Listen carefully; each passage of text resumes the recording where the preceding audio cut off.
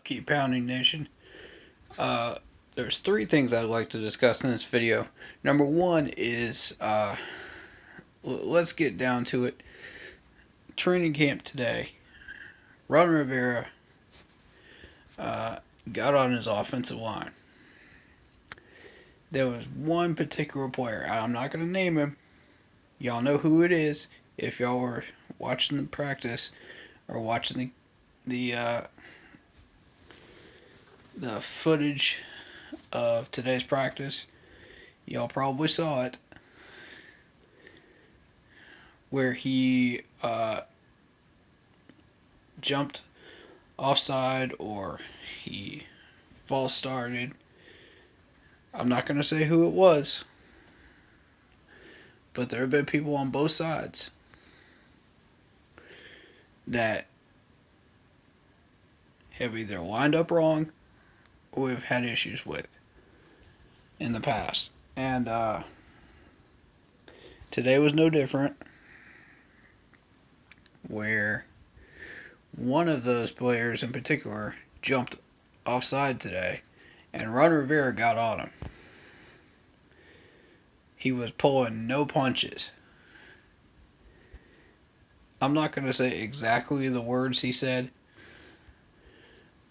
but I will paraphrase to a point.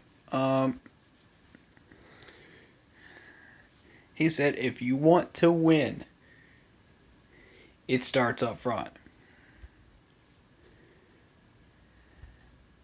Of course, he dropped the F-bomb, but that's for clean videos, and that's what I want to promote on this channel is clean videos. But no mistaking his point. If you want to win effing games, it starts up front. He's right. I mean, he understands it. And I'm so happy he does, because if you're going to be a football coach, head football coach in the National Football League, you have to understand this. That is football basics 101. And Ron gets it. Also, a little bit of those military roots shining through there when he was in the military. So that's really awesome to see him step up, get on his offensive line, and tell him to shape up. That's what I'm looking for from Ron. Very good. The second thing I want to talk about is Dak Prescott. Dak Prescott of the Cowboys. I'm sure by now you've already seen what he said. His tweet basically saying that he's not saying he doesn't support the cause of trying to end social injustice, but he's also trying to make a point that doing this on the field is not the right place to protest this stuff. And I've been saying this for a year and a half. Y'all have watched countless comments of mine where I said it a year and a half ago. And I'm glad somebody in the National Football League that is a famous player or a coach has said something along these lines, because now we can start to address the problem in the right way. Now we can start to solve it in the right way. There's countless other ways to protest, countless other ways to make your voice heard. You can ask for money for these causes, you can do all kinds of stuff, but kneeling during the national anthem is disrespectful. I don't care what way you try to approach this, it's disrespectful. So, with that, I don't want to start a comment war or anything like that, because I'm trying to take a stance of neutrality here, but if my opinions do get out there, so be it. But that my thought is that's not the place to protest, and I'll leave that where it is.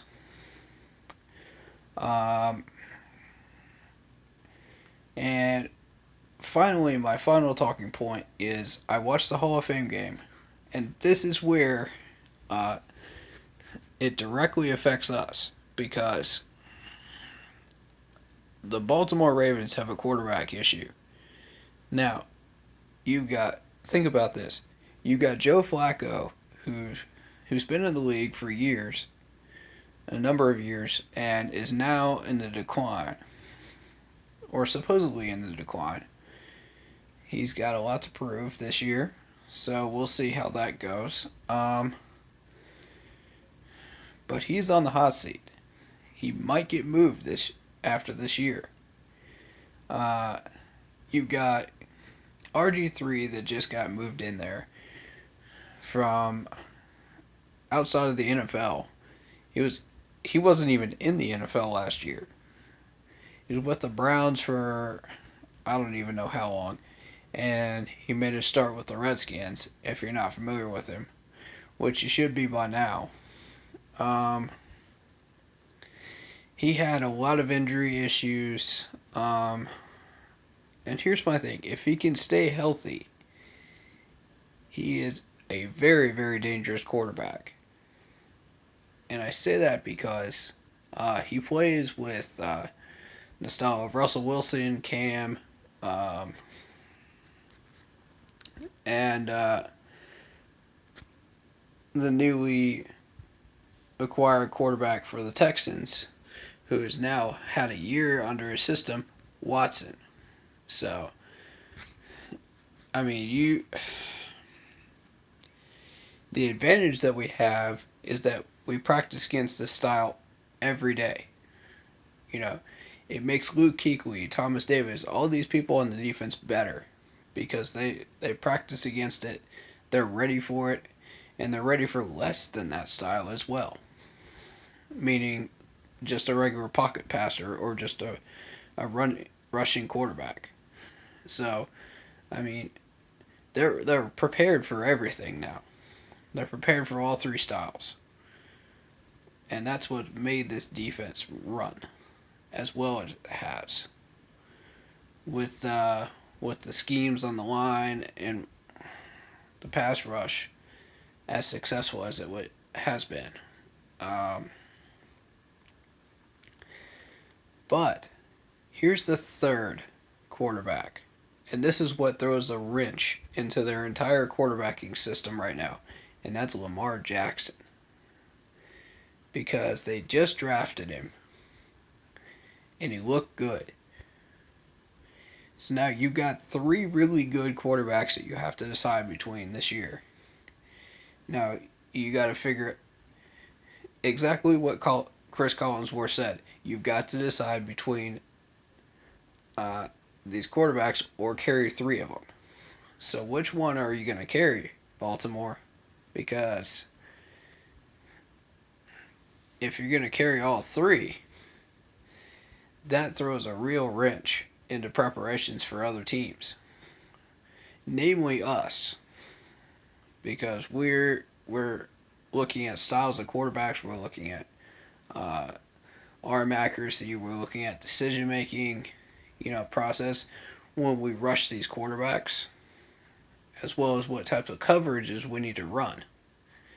So and packages we need to use against these specific quarterbacks, because it's two totally different types of quarterback. So we when you look at Joe Flacco, you see pocket passer type versus RG3, who's a balanced running back, runner versus and a passer as well. So it's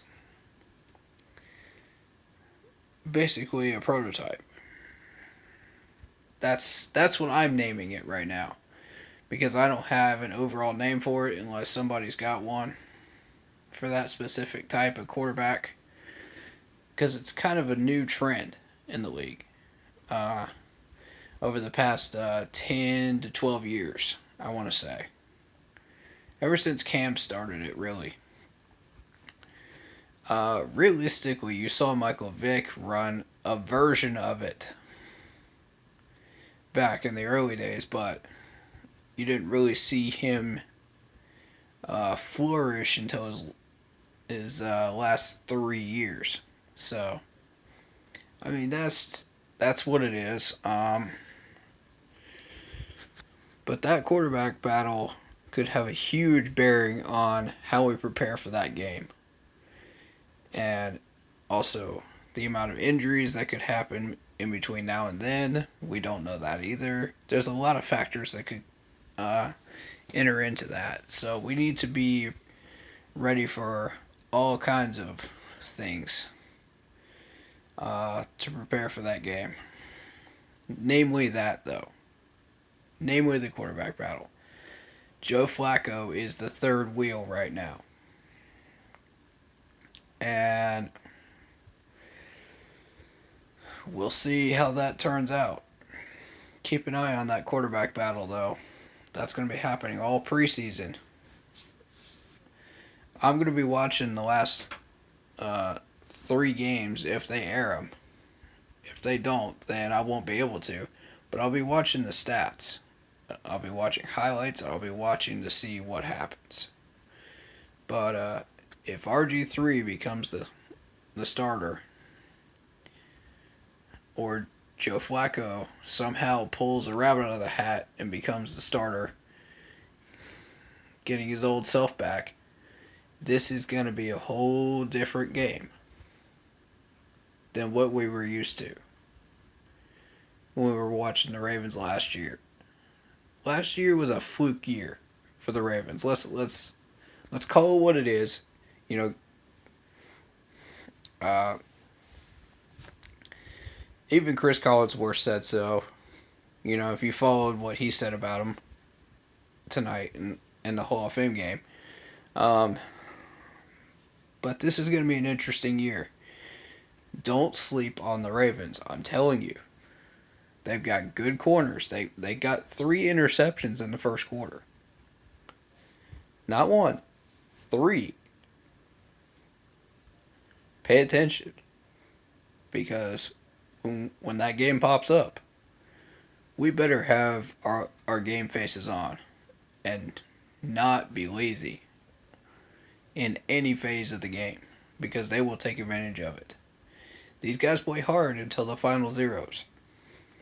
I've watched it year after year after year, especially during wildcard battle time. So, and especially in Baltimore. They're especially dangerous there. So keep your eyes peeled. We're going to keep our eyes on Baltimore right now. There's a lot of hungry teams in the AFC, so I don't think they're going to make it very far. But that second wild card spot might be wide open. We'll see. I have a feeling the first wild card spot might go to the AFC West. But whoever doesn't win that division will most likely get it. But there's a lot of hungry teams in the wild card hunt this year. This could get really interesting. So watch the AFC side this year, and we'll see what happens. But it's way too early to be thinking playoffs, wild card, stuff like that. You know, it's only the first game of the preseason, and maybe I'm making some early prejudgments. You know, but from what I saw tonight, I was duly impressed. And RG3 put together a really nice drive today, too. So if he stays healthy, expect some interesting things this year from the Ravens. And I say that because they're mid-season October. And October is our roughest month. Remember that. If y'all have been paying attention to our schedule in October, in the past 5 or 6 years, it's been rough. We sometimes we get out of there 2-2, sometimes we get out of there 3-1, but most of the time we get out of there 2-2 out of that month. Um, I think under the first, I don't remember. I'd have to really look it up, but I think one of those years we got out of October 1-3. So, yeah, having that game in the middle of October is not fun. But the thing is, most of our big teams are not in October this year. They're in December when we are at our best. So keep that in mind. We'll take a look at the schedule, at some point later on, and in later videos, and we'll see how things progress. But at the moment, I'm watching that quarterback battle big time. And I think everybody that's paying attention to the Ravens should be too. Alright, that's all I've got for today. Thank you very, very much. This will be the last video of today, technically, if it goes up before midnight. So, thank you guys so much for hanging out with me on this channel. Please like, sub, and hit that bell so you don't miss any new videos. In the meantime, keep pounding.